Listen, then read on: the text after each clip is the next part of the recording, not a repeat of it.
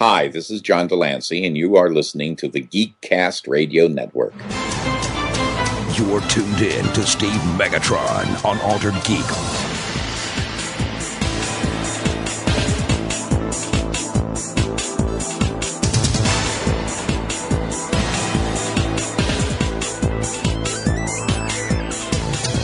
Hello and welcome to Altered Geek. I'm your host, Steve Megatron, and joining me on this adventure into geekdom is TFG1 Mike.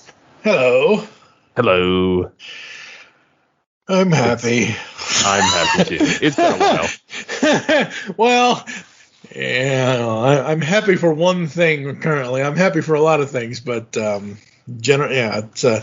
finally figured it out through a video that it is Peter Cullen, and as we can move on. I just need to ease my It's the voice of Peter Cullen for the Funko Pop Lights and Sounds Optimus Prime.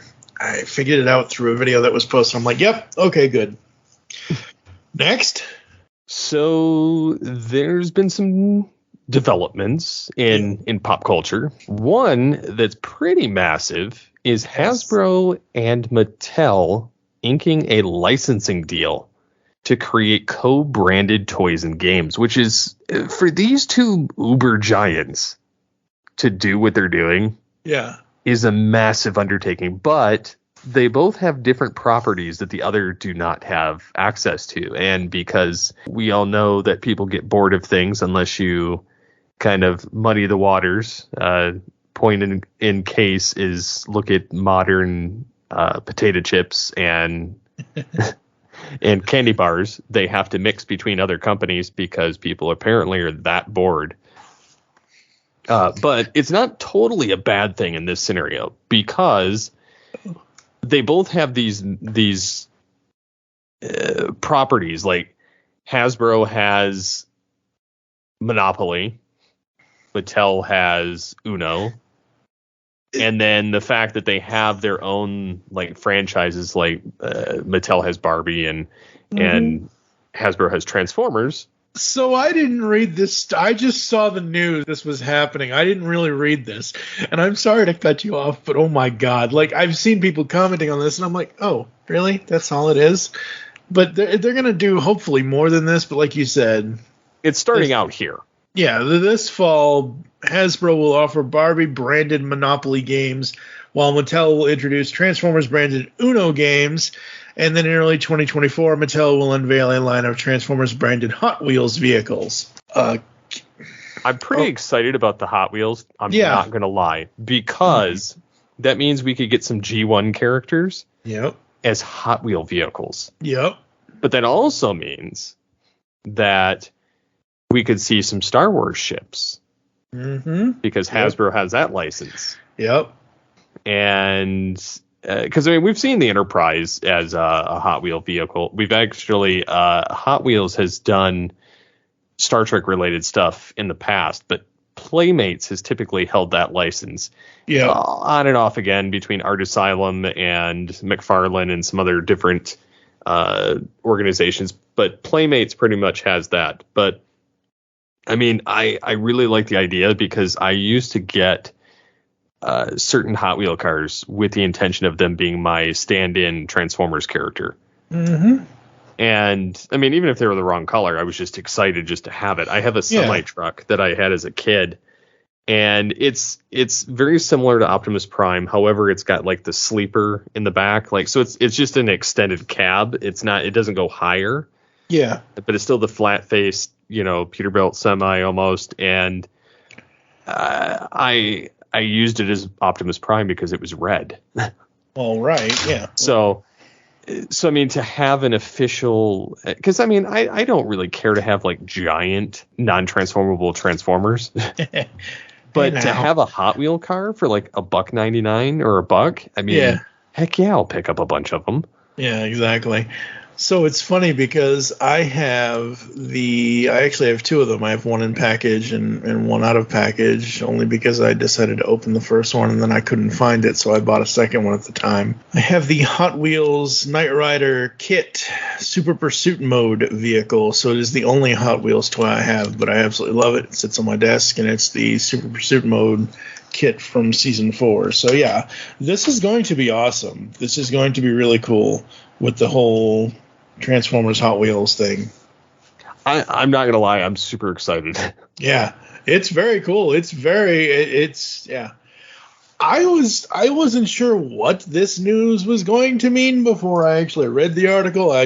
My thinking was, oh, He-Man's going to go over to Hasbro and Transformers is going to go to Mattel for a little while and see which company does it better for the other one or whatever kind of thing. Not that I think that's ever going to happen, but yeah, that was my first initial thought for this. But no, this is really cool. I'm all for this.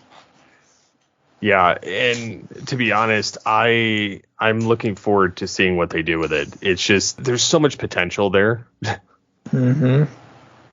I just would be looking forward to what I mean, because not that I need another Monopoly or game of Uno or things like that. And let's face it, those games are just.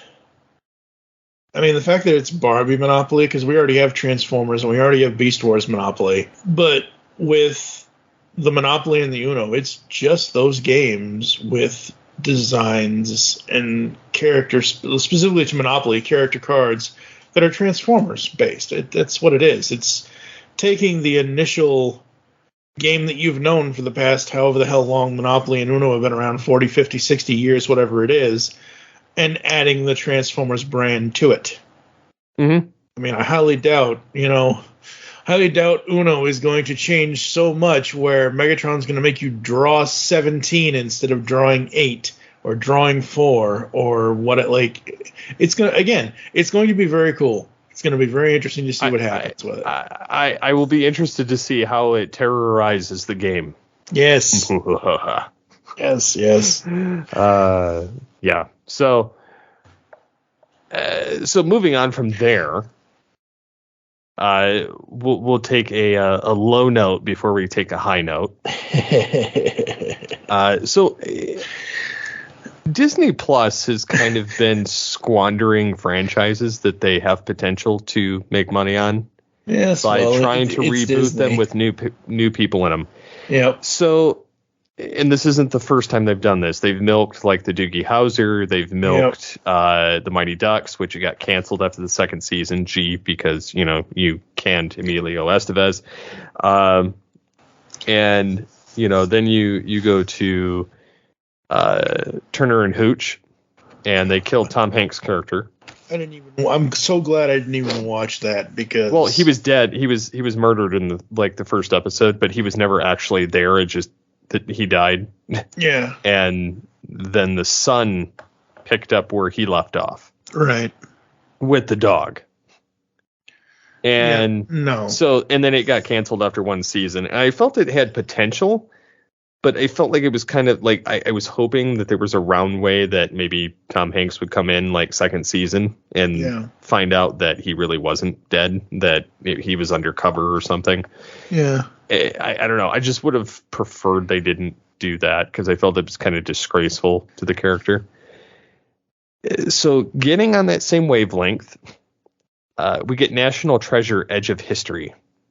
And it was canceled after one season, which I watched it more from the standing of I wanted to see if they ever brought in Nicolas Cage.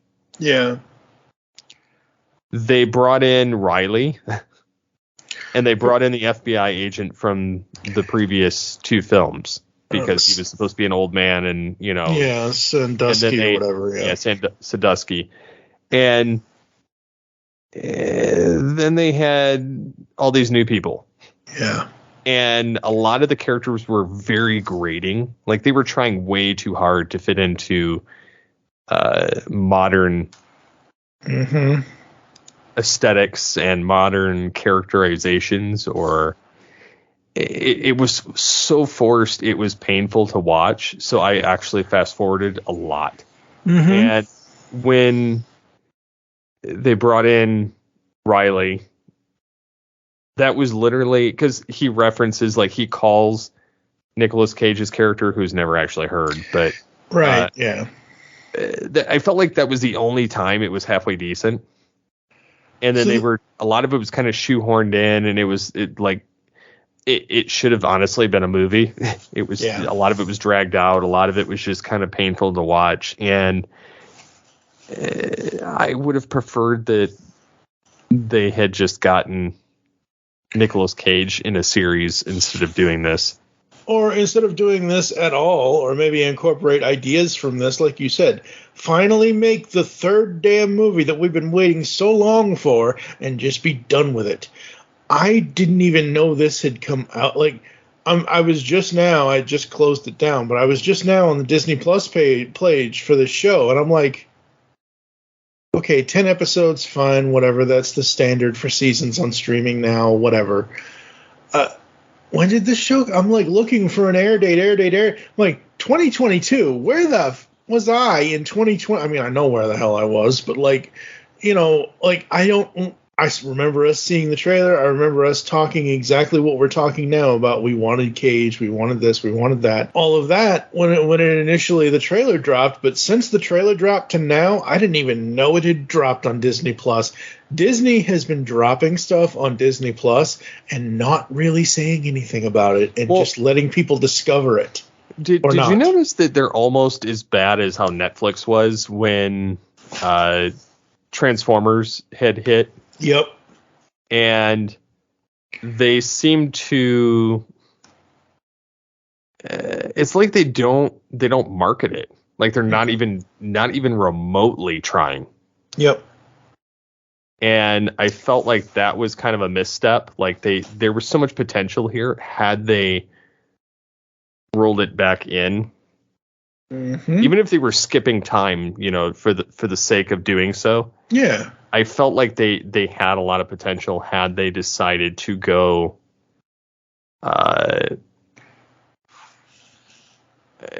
just to kind of go into more of what Benjamin Franklin Gates was doing at this point. Yep. So I know the first National Treasure was 2007 because I saw it in theaters. The second one was 2012. 2012, really? Was that? Was it? Am I right? No, I was wrong. I was wrong. I've seen both of them. No, National Treasure originally came out, oh my God, it's been 20 years next year, 2004, and then the second one came out in 2007. So 3 years between the two films, and then the untitled film has been TBA for 40 years or however the hell long. But yeah, so it was 3 years between the two films, and then 2007 to 2022, that's what? Let's see, decade, like what, 15? Yeah, it's 15 years or so. Yeah. Like, you waited 15 years and you gave us 10 episodes with maybe one episode of good stuff?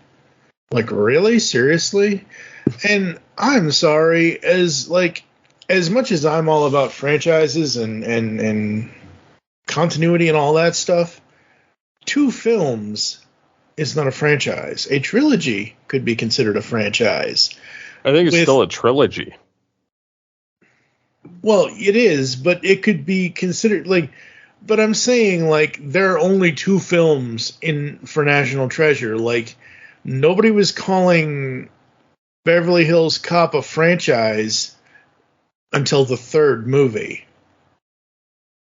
I don't know. It is what it is. It's all terminology. It doesn't matter. But the point is that they waited 15 years to give us a 10-episode show. Really? You could have figured it out by now. So, again, going with your timeline theory. Okay, so the second film was 2007. Let's just go with that. Like, say the end of the second film going into the third film with, also in my book, page 47, blah, blah, blah. I think I can help you out. Help you with that, Mr. President. You age the characters up from 2007 to last year, today, whatever you want to say it is, and then just go forward. And you go forward with those characters that we already know, and then maybe go backwards and work in. I don't know. It's a whole. Man, time travel is tricky. It hurts my head. Ow. But the point being, they they missed a boat. Exactly. And I feel like they waited too long. Like, the iron was hot. They should have done it back then.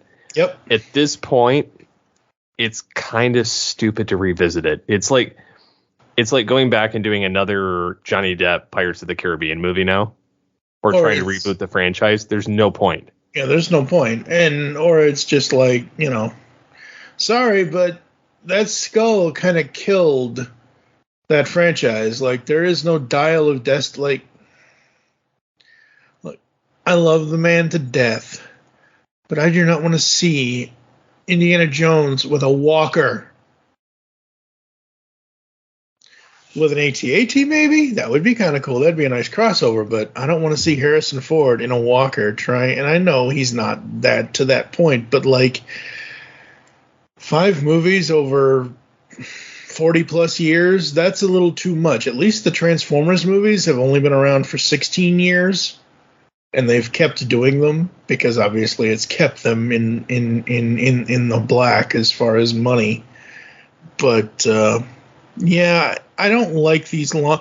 Again, something you loved, absolutely, because you're a Jim Carrey fan. Dumb and Dumber, you loved that movie, right? Oh yeah, totally. Did you ever want to see a sequel past 90? When did that movie come out? 94. 94. Let's just say, usually movies and whatever else usually take 2 or 3 years between. Let's say the sequel came out in 1999, but if it didn't, which it didn't, obviously, folks, did you ever want to see a Dumb and Dumber 2 past 1999? No. Exactly my point. It's like Ace Ventura. Yep. Would I still watch an Ace Ventura 3? Likely. Does it need to be made? No. Nope, not at all. All right, so wrong way to do a franchise, folks. At least, but let's get to the right way. Yeah, exactly. What do you got? So, I mean, there's always once and always way, a way to do it. So, yes. Mm-hmm. Oh my God. People were like,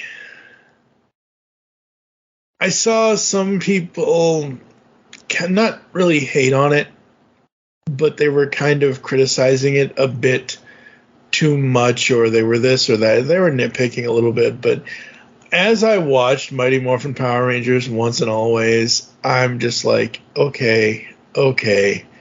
And people were like, well, how are we hearing Tommy's voice? How are you hearing Tommy's voice? Or hearing Kimberly or the rest of them. It's sound clips, man. It's Hasbro now owns Power Rangers, and they have 30 years of material that they can cut sound into.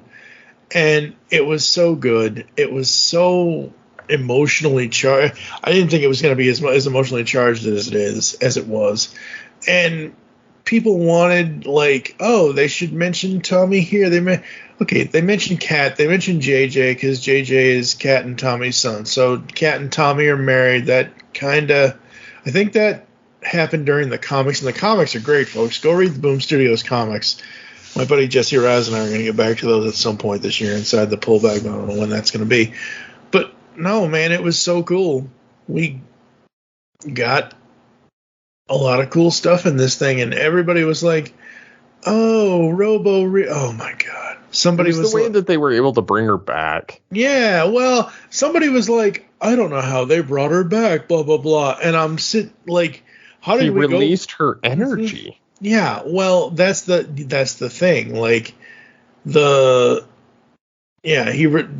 accidentally released her energy, and she took over Alpha 8.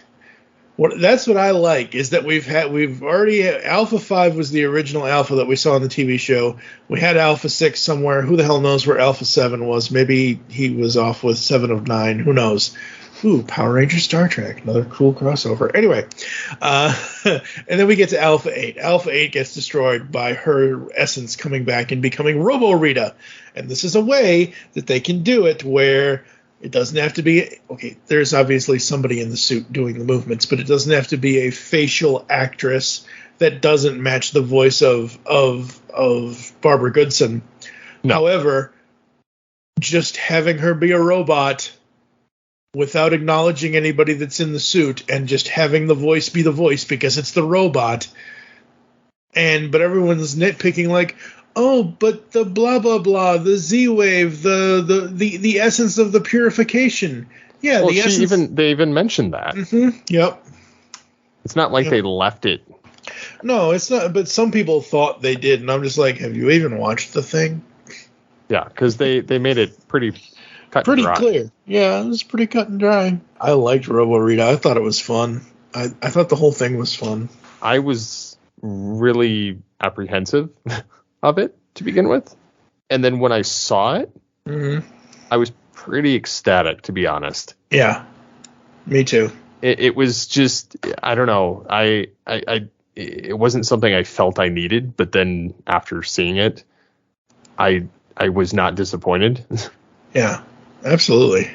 So yeah, and then I loved that they gave some of the Rangers that didn't really get a lot of time more of that center focus. Yeah, everybody thought it was going to be like Legendary Battle was, where everybody shows up kind of thing, like all the Time Force Rangers or all the Lightspeed Rangers or all this Ranger or all that Ranger. And it wasn't that. It was like the whole point was Mighty Morphin Power Rangers once and always. And it's about the original. And I say the original Core Rangers. Obviously, Trini is no longer with us. Zach is there. But they figured out a way to write her out without it being... No, absolutely, they did. tacky. Yes, yeah, at 100%. No, but I'm saying, like, I saw some people complaining about, oh, why is it Rocky and not Jason, or why this or why that? Well, did you watch it? Yeah, exactly. Again, I don't think some people watched it, but I like the mixing of I like Rocky, Adam, and Aisha, and Adam, and I want to know more about Adam and Aisha and SBDA, because that's the story I want to hear about now, because that's friggin' cool that they are out in space with SPDA. PDA. Yeah, SPDA, not. No. So I thought that was great. And we have all these other, like, if people want to see we have all the other crossovers that have been done in the last 30 plus years or whatever it is. But yeah, no, the mixing of characters, the introduction of the new character, and all of that. And they left it open that they could do their own new series. They could. And they should. I feel like it's the perfect opportunity. Mm-hmm. It's just whether they want to do that or not. Yeah. Yeah, it's all about the actors and whether they want to do it or not, and it's all about all of that stuff. But I think it would be super cool to have a once and always series. And then they could bring back older Rangers if they wanted to. They exactly. Could do, yeah. There's a lot of room. Yep. That they could wiggle in, and I don't know, just a lot of potential. Absolutely.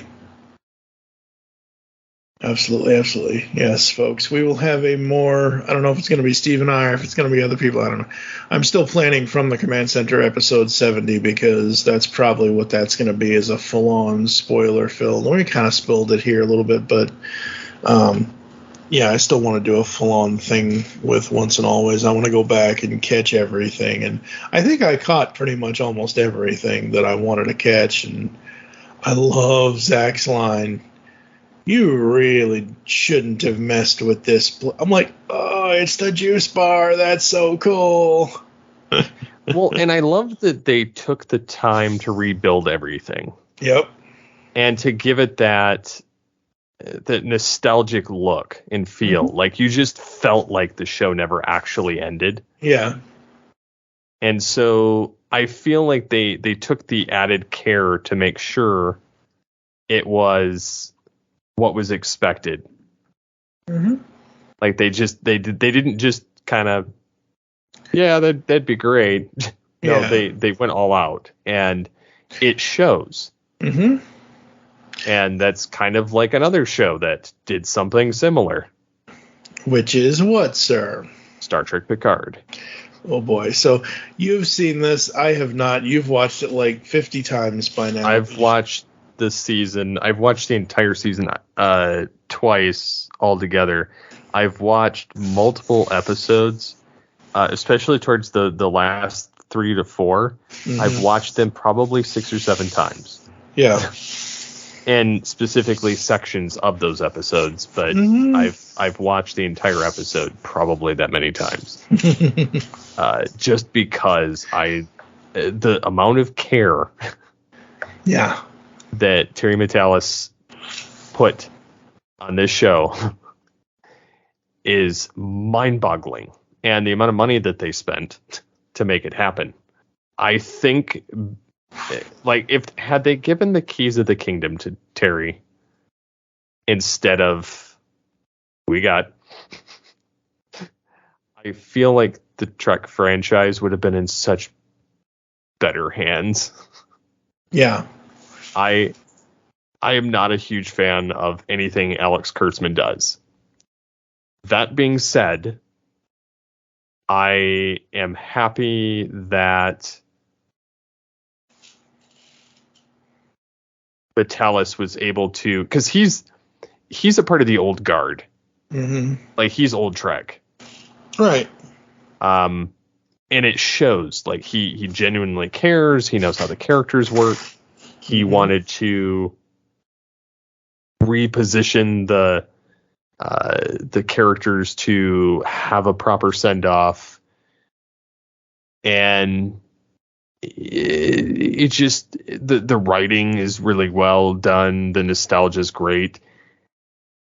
And mind you, I can see some people's irritation per se with some of it.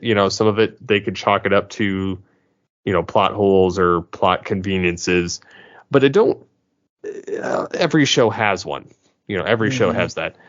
I feel like he kind of took little bits of season 1 and 2 that were needed for this season, but he, for the most part, did callbacks to all of Trek lore, like all of the past, and brought it in a tasteful new way to not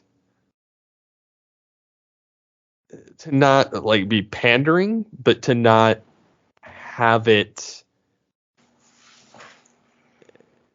like, it's just how he portrayed it was very tasteful. Like, he just you could tell the love and the care was there. Yeah, there's a difference between having something tastefully done and then having something so awfully redone that and they're not redoing it, they're continuing it on and whatever else. But my point is, he finished the series and did it in a way that made it kind of come full circle and feel complete. Very cool. And I like down to, and I'm sorry if there's spoilers here, but just cover your ears if you're not wanting that. He, down to the money that they spent on rebuilding the Enterprise D, just the bridge, was spectacular. So. Yes, Steve has always had a fascination with Star Trek. I've always had a defiant fascination with Star Trek. Coming soon to the Geekcast Radio Network. You think you know, you don't know. Funny guy. That's right. You think you know, you don't know. I feel like it should say Jack, but, that's, you don't know Jack, but, I guess they don't because, well, Picard season 4. Yeah, because there is a Jack in it. Oh, yes, that's right. You don't know Jack, but you will. Yep. Where's Q when you need him? Wah, wah, wah. Wah, wah, wah. All right, so that's the Trek. What else you got? Oh, man. Is there something else? Well, I just think that we're seeing this new wave of revivals, and it's not. We've had a lot of them. Let's be frank about it. We've had a lot of them over the last 10, 15 years. where they've tried to bring a series back. They've tried to revive it. They've tried to do something. I mean, look at how many times they've tried to bring back like Ghostbusters or Star Trek or Star Wars or Indiana Jones. Some of it works, but it has to be done in a way that's not untasteful. Yeah, I mean, Indiana Jones, every time they've tried it, has been just bad. Every time they've tried to do the passing of the torch. Marvel is getting to that point where it's kind of cringeworthy, where you can tell that they're passing the torch. Well, with Marvel, it's like, oh, again, I mentioned this on many other episodes of this show and other podcasts that we do. How do you continue on past the thing and the event called the End Game? You ended your universe. And while, yes, some of the Disney Plus shows like WandaVision, like Winter Soldier, or Falcon and Winter, I should say, like Hawkeye are good, Phase 4, man, it's that middle of the road. They're not really doing anything too much. What If was great. I love the What If cartoon series, and I'm eagerly anticipating the second season of that this year. But they're gearing up for Phases 5 and 6. And what we've seen so far of Phases 5 and 6, it looks like they are going to get back to the excellence that they had before they ended the end game kind of thing. You know, you snap your fingers and half the universe goes away. Well, and I think we're getting into the Fox universe now with having X-Men and having Fantastic Four and having absolutely all of these things that they didn't have access to until recent. Yep, and another big news thing lately in the last couple of weeks is that finally, I shouldn't say finally, but somehow, some way, Disney and Sony came to an agreement, and all 3 original Spider-Man films are now on Disney Plus. That excites me just because I enjoyed them. Oh yeah, no, I think it's more. I think it's all 5 of the original, the 2 amazing ones too. I don't know. I know the original Tobey films are on there, but I don't know if the Andrew Garfield ones are. I assume they are. Yeah, no, that's very cool. I think that's great that Sony and Disney are playing in the same whatever to get as many eyeballs as they can on these movies. That's great. I love that. But yeah, I mean, and then you look at, you know, this once and always Power Rangers, and you look at Star Trek Picard. I mean, it's a nice passing of the torch. Yep. In a way that's not. It's not pandering. It's not trying too hard. It's a logical progression. It's giving the cast of old their due, but also bringing in that new generation. But they're more of a mentor role. They're not just like, hey, I just picked up this kid out of the middle of nowhere. Yeah. Yes, that was my Harrison Ford impression. Yes. But yeah, I mean, I feel like we're to that point where they kind of have to make a decision. Yep. So looking at Disney Plus again, original Tobey films, all 3 are there, and 1 of the 2 Garfield films, the first Amazing Spider-Man film, is there. I'm sure at some point, as long as the deal with Sony and Disney continues, that the second film will show up as well. Star Wars stuff, I've been on a 2-year journey, apparently, folks. I like doing threads on Twitter because it's just an easy way for me to keep various things so it doesn't have to be like a million. It is still a million different tweets, but it's a million different tweets into one place kind of thing. And I started doing a Clone Wars rewatch from 2005. Started doing that 2 years ago. Here we are 2 years later. I've finally finished Clone Wars and I've started the Bad Batch. What do you think of the Bad Batch? I'm still in the first episode. I haven't even of the first season. I literally, as we're recording this past weekend, I just finished Clone. Like literally, I binged it all weekend long because I was on like season 6, episode 5 at the time. So I went from that to season 7, episode 12, and I'm like, oh my god, this is some of the best Star Wars there has ever been. And I wanted to go in, you know how I am. I want to go in timeline order of the universe. I don't want to have to skip around or whatever else. So I asked everybody online, like, what's the timeline? Everybody's like, well, technically Bad Batch is next, and then Rebels is 5 years before A New Hope. Like, okay, fine. And I'll say this, until I start watching it again, I will say this as my de facto opinion. I was like, okay, I want to postpone watching Rebels as long as I can because I fucking hate Ezra. I hated that character when the show first debuted X number of years ago. So I'm going to go into it open-minded, but I'm going to finish watching the 2 seasons of The Bad Batch. The Clone Wars, though, that ending, I love Ahsoka. She was kind of as all characters kind of start out like this, you know, Bumblebee and whatever else, insert kid character name here. She was kind of annoying at first, at the beginning, but as I marathoned through, starting 2 years ago, because I watched like the first 4.5, 5 seasons 2 years ago, and I really started liking her. And as I went back to it this past weekend, I'm like, I love Ahsoka. I think she's great. I have 4 of her Funko Pops at this point, and just absolutely love it. I think my favorite part was that when they brought Clone Wars to Disney Plus, they said, oh, by the way, season 7, or maybe season 7 was already a thing, but they were like, oh, here are the final 4 episodes of season 7, and they do it in this like Lucasfilm Limited Star Wars The Clone Wars. It's the red Clone Wars logo, and they do parts 1, 2, 3, and 4, and I'm like, this is the best 4-part story in Star Wars that I have ever seen, and it was just so great. I will rival anyone, because you know I am with music and TV and cartoons and movies and everything else.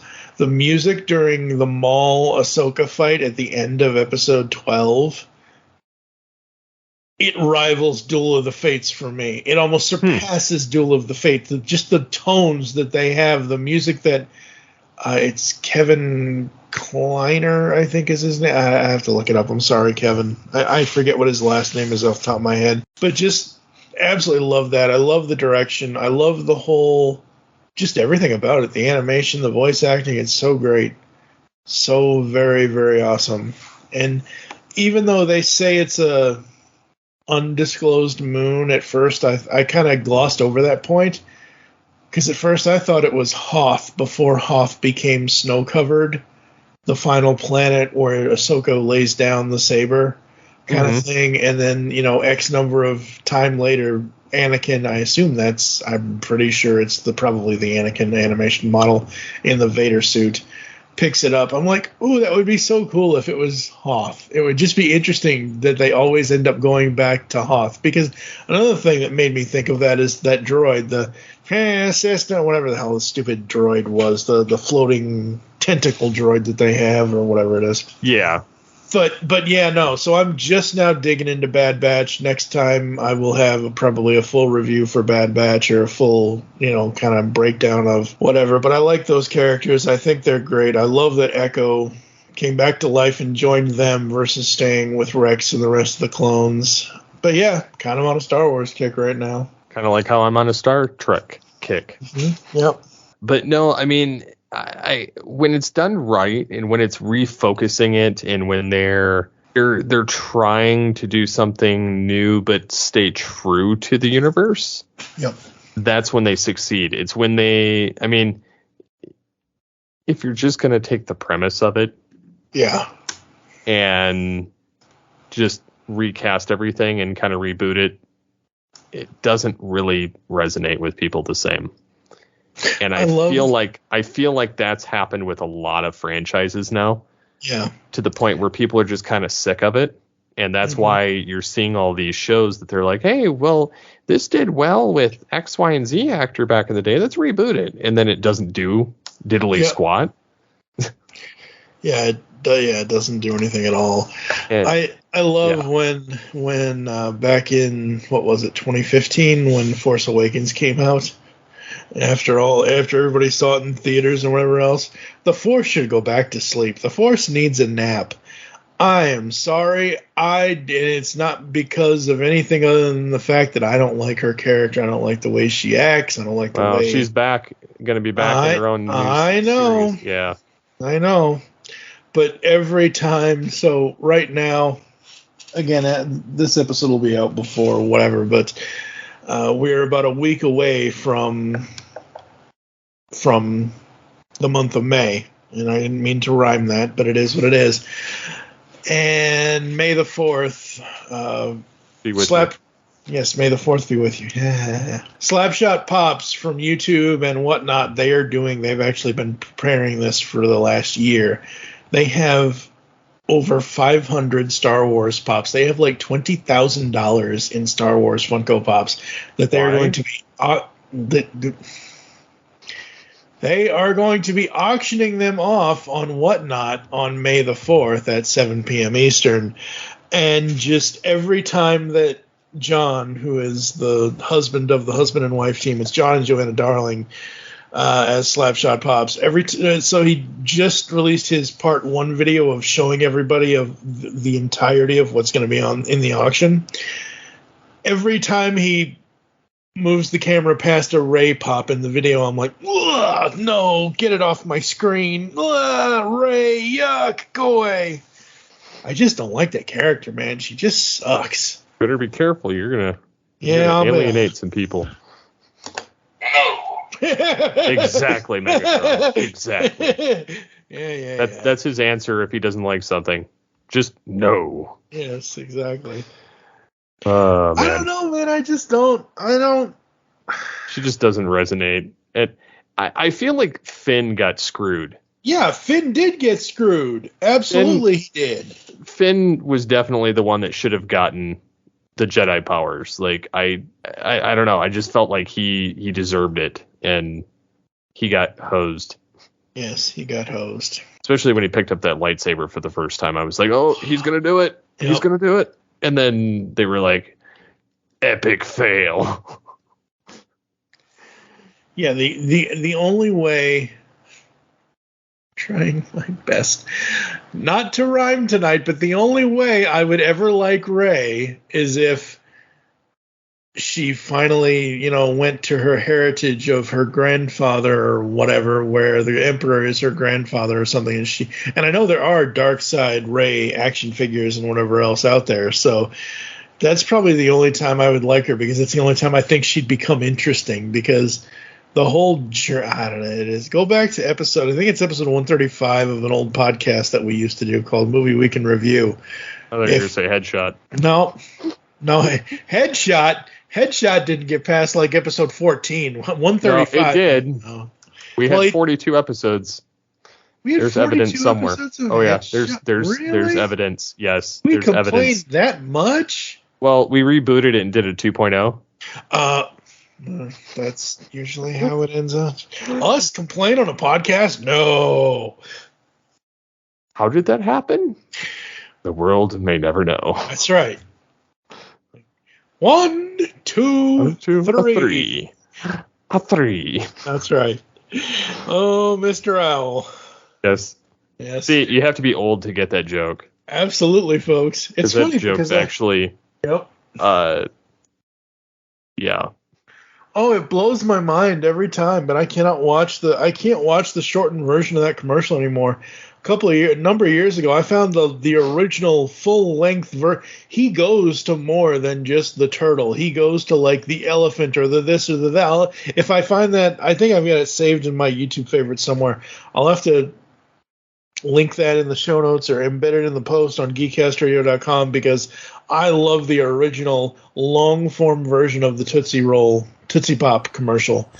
It's hilarious. Mr. Cow. Yes? How many licks does it take to get to the Tootsie Roll center of a Tootsie Pop? I don't know. I always end up biting. Ask Mr. Fox, for he's much cleverer than I. Mr. Fox, how many licks does it take to get to the Tootsie Roll center of a Tootsie Pop? Why don't you ask Mr. Turtle, for he's been around a lot longer than I. Me? I bite. Mr. Turtle, how many licks does it take to get to the Tootsie Roll center of a Tootsie Pop? I never made it without biting. Ask Mr. Owl, for he is the wisest of us all. Mr. Owl, how many licks does it take to get to the Tootsie Roll center of a Tootsie Pop? A good question. Let's find out. 1, 2, 3. 3. If there's anything I can't stand, it's a smart owl. How many licks does it take to get to the Tootsie Roll center of a Tootsie Pop? The world may never know. All right, well, I think us old men have talked enough about what's new again. Damn kids with their hipping and their hopping and their tick and their talking. Ugh. So I would be curious to hear what people think of some of these shows, if they've seen them, if what their opinions are, whether you think that there's another series that should have been given better treatment than what it received. National Treasure. I don't know. I like Nick Cage and stuff. So should we talk about are there still rumors going around about either the TV series or Beverly Hills Cop 4? Whoa, oh god. Ooh, Beverly Hills Cop 4. I have a feeling the reason why this never took off, and it's still like kind of, I mean, it's going to be a direct to stream film. Absolutely. But I feel like the reason that's gotten on hold is because Eddie Murphy refuses to make a crappy film. Mm-hmm. And it's been a crappy film up till this point. And he's finally given it the sign-off approval to where he would actually be in it. Yes. Because unlike Jim Carrey, who has done just bad films in general. Well, I mean, he generally can take, coal and turn it into diamonds. Yeah, I know. Well, Jim Carrey, the only time he's done a sequel and done well is Ace Ventura and Sonic the Hedgehog. Yep. And honestly, his Sonic the Hedgehog, like playing Robotnik, is so masterfully done. Yep. I have a new appreciation for the man. Like, if he came back for the third film, I just have a feeling he'd slam dunk it. Like, he absolutely plays that character. Like, yes, Robotnik, generally in the past has been this dark, brooding character, just sitting in the shadows. He plays it weird and dark. Yeah, yeah. And so it just fits. Like, I don't know. Like, I'm just super excited to see how he always portrays it and takes it and, runs with it. Yeah, absolutely. All right, anything else? No, I think that's it. And as we're talking here, I've been working on Top 100. I was just going to say that. Yeah. Yes. So there is another one in the works.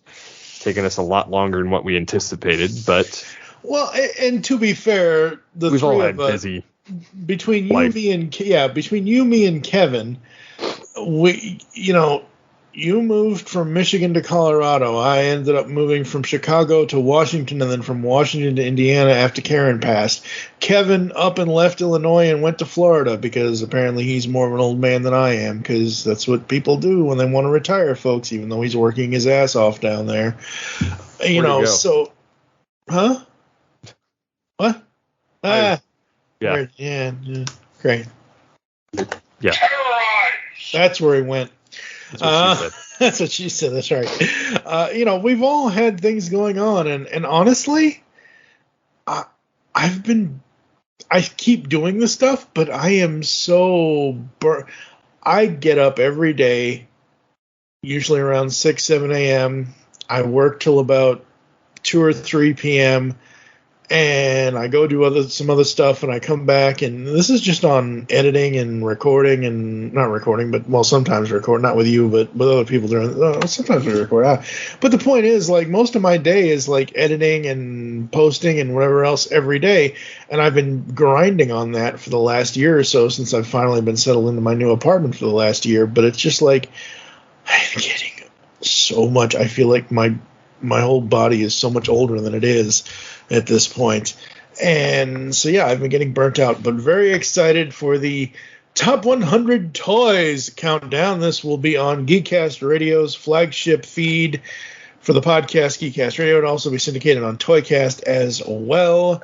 More details are coming soon. As Steve just said, he is working on the toy guide. We're going to have a whole toy guide, toy catalog, toy magazine. I don't know what we're calling it, but it's going to be a catalog, essentially. Yeah, so it's going to be a whole catalog of information that everybody can come join us and help us craft our Top 100 Toys Countdown. Megatron, close the show. Well. Listen in and stay tuned. Yes, because we will do the Top 100. Yes.